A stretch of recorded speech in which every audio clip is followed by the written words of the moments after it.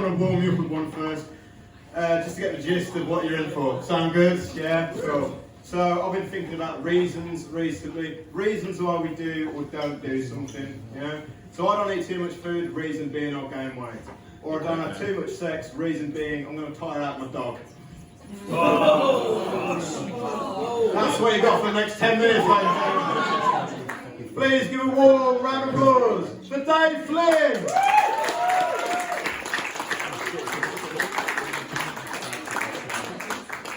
Let me just clarify, I've never tired out Alex's dog. Alright, ladies and gentlemen, before I begin, let me address something very important. No, I'm not Ned Flanders' evil cousin, alright? And this is not Gareth during the emo teenage stage. I do like the moustache, ladies and gents, I do, but I do get a fair few comments. The other day, someone told me I look like one of the Chuckle Brothers' bastard children.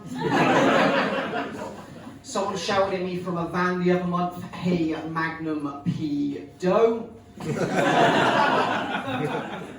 Someone told me I look like Luigi in the middle of a breakdown. Mechanical or mental, I've had both. Someone told me I look like Ron Swanson if he went vegan. A few Parks and Recs fans in, brilliant. But now my personal favourite, someone told me I look like Freddie Mercury. Yeah. In the dying stages of AIDS. I don't think that was a compliment, buddy, but I'm not sure. It was shouted at me very quickly. Let me tell you a little bit more about myself. Well, I'll tell you a bit about my dad, right? So, my dad's... I saw a photo of my dad the other day, right, and I've realised something. As he's got older, he's got fatter, but just in the face. So what's happened is, his cheeks have pushed up around his eyes. So literally, as he's got older, his view of the world is narrowed. You know, because of his chubby cheeks and blatant bigotry.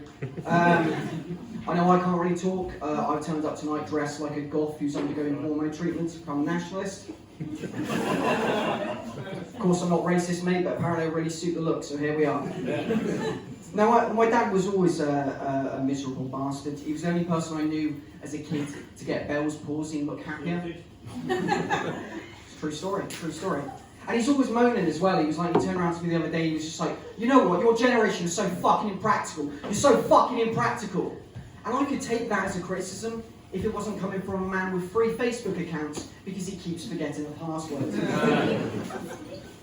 And he's just like, I think you get this with your parents, as they get older and you get older, you realise like the gap in views. Like we were talking about Shamima Begum, you know, the girl who went off and joined ISIS. And he turned around and he was like, I bet you'd fucking bring her back into the country and stick her on Love Island, wouldn't ya?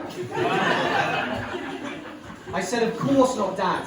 I put her on Married at First Sight. She's much more familiar with the format of the show.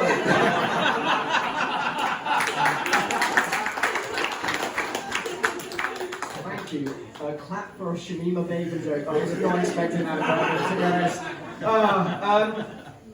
Tell you a little bit more about me. So I was born in Bristol. It's going to get worse. I was born in Bristol, but I grew up down in Somerset. Which, wherever I go in the country, I like to clarify that, because wherever I go in the country, everyone knows you can't catch incest. However hard you try. No, but I live down the road now in a little place called Worcester. There's not much interesting to say about Worcester, apart from the fact that it's got 2 McDonald's, 2 KFCs, 2 Subways, and no Burger King. Alright? Now it's also got 1 local newspaper. It's called the Worcester News, and I often go on its Facebook page because it's not the type of paper that you actually bother to buy. And it's interesting enough, right? Whenever I go on their Facebook page, it doesn't matter what article is posted, someone will post in the comments section, "We want a Burger King." Now, it doesn't matter what it is. It could be, the article could be, "Major pile-up on the M5, we want a Burger King." Nurse found killing patients, we want a Burger King. Appeal for a missing child, we want a Burger King. It was a true story, right? They had an appeal for a missing child. Someone had written underneath, "We want a Burger King." Someone had replied saying, "I think that's, you know, in poor taste." And the woman just replied, "Yeah, but at the end of the day, Burger Kings often have crashes, so this probably wouldn't have happened." Not a joke, just something I read on the internet. If anyone is actually concerned about the child, he turned up fine. He turned up down the road in Kidderminster because they have a Burger King. Story I did see recently that kind of made me smile is, do you remember when Jeff Bezos went into space with his mates, or at least his mates who could afford $50 million? Do you remember this? And they didn't really go to space, did they? They went to like the edge of space. Well, one of the guys who was on that flight and paid the $50 million, a month after that, he blew up in a plane. Yeah. It was like, you know, he said it was a once-in-a-lifetime experience, and the universe said, yeah. Ironically, when his plane blew up, he probably got closer to his destination. But no, I was a little bit apprehensive about doing that joke here tonight. But then I turned up here and I looked around and realised that none of you are part of the 1%. So I did see another story recently. It was about this band called Brass Against. They had a show, right, where the lead singer, she invited a fan up on stage, and he lay down and she pissed on his face. Seriously, the guy was loving it, to be fair. He was having a fucking great time. It was better than any VIP backstage pass that you could ever fucking give out to him. But they had to release a statement afterwards, and the statement essentially said, yeah, sorry about Kate, she gets a bit carried away sometimes. I'm thinking to myself, if she's doing that on stage, what the fuck is she doing at band practice?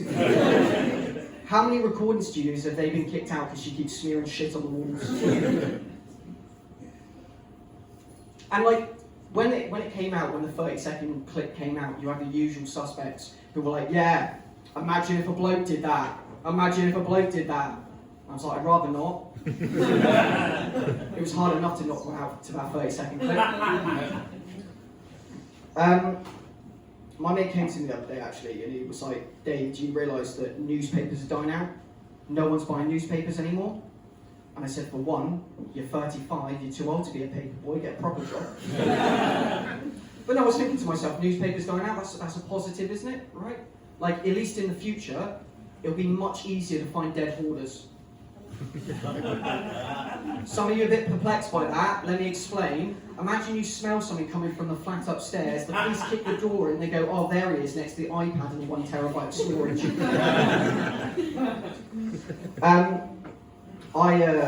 I like conspiracy theories. Anyone here like conspiracy theories? Yeah. Anyone got a favourite conspiracy theory? That Avril Lavigne is dead. I skated during my teenage years and had to have that song sung at me constantly, so fingers crossed. No, my favourite conspiracy is an old one. It's the JFK assassination. Do you remember when JFK got shot back in the day? And I've always thought to myself, did anyone ever think that Oswald was just really into monogamy? You know, you think about it, like he's just like, you just hear a bang come in from the grassy knoll, and it's just like, you're too good for him, Jackie! Marilyn's a whore!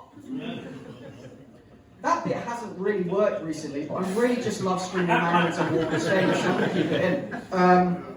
I do have my own conspiracy though, that I'm trying to get going on the internet. Does anyone want to hear it? Yeah? Yeah. I reckon the vape shops aren't real businesses. Wait for it. And they were just established as a place for the workers of CX to retire to. Think about it. Fucking makes sense. Fucking makes sense. I went axe throwing the other day. I thought it was a great day out. B&Q said it was the scariest trial shift they've ever had. How much longer have I got anyway? 2 minutes, okay. Oh, we've got some time. I've noticed something, right, as I've got older, my poos are starting to smell more like dog poos. My girlfriend said it wouldn't be as bad if I didn't keep hanging the bags up around the house. No, so I started Thai boxing recently, which I know on the surface sounds like a kind of cool hobby, but essentially all it is me going along each week and avoid getting beaten up by teenagers. I'm 30 and my life goals haven't changed in over 10 years. But no, interestingly enough, what they do is they do it by weight class. So that's actually meant for the past couple of weeks, I've been sparring the instructor's dog. Don't give me that look, it's a tough spaniel, alright? But no, true story, right? I was sparring with this 12-year-old kid, right? And he left hooked me, and he genuinely gave me concussion. Seriously, like the little shit nearly knocked me out. But don't worry, I've worked out how I'm going to get it back, right? What I'm going to do is I'm going to block, I'm going to jab, and I'm going to fuck his mum. His mum's in tonight!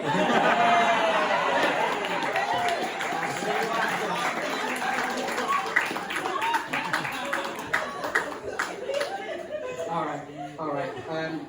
I've got much time, so I'm gonna tell one more story and fuck off, right? So, a number of years ago, I got in a bit of trouble with the police, right? And I had to go to court, and I got sentenced, and I got given community service. And I know some of you are looking at me being like, Dave, why are you telling us this story? Well, after I was sentenced by the judge, and after I was given community service, he deemed me a medium threat to society.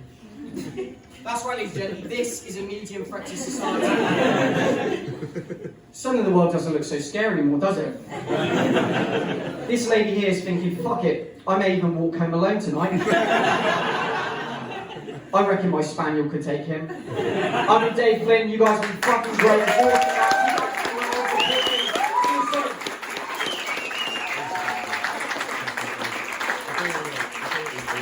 Dave Flynn, ladies and gentlemen.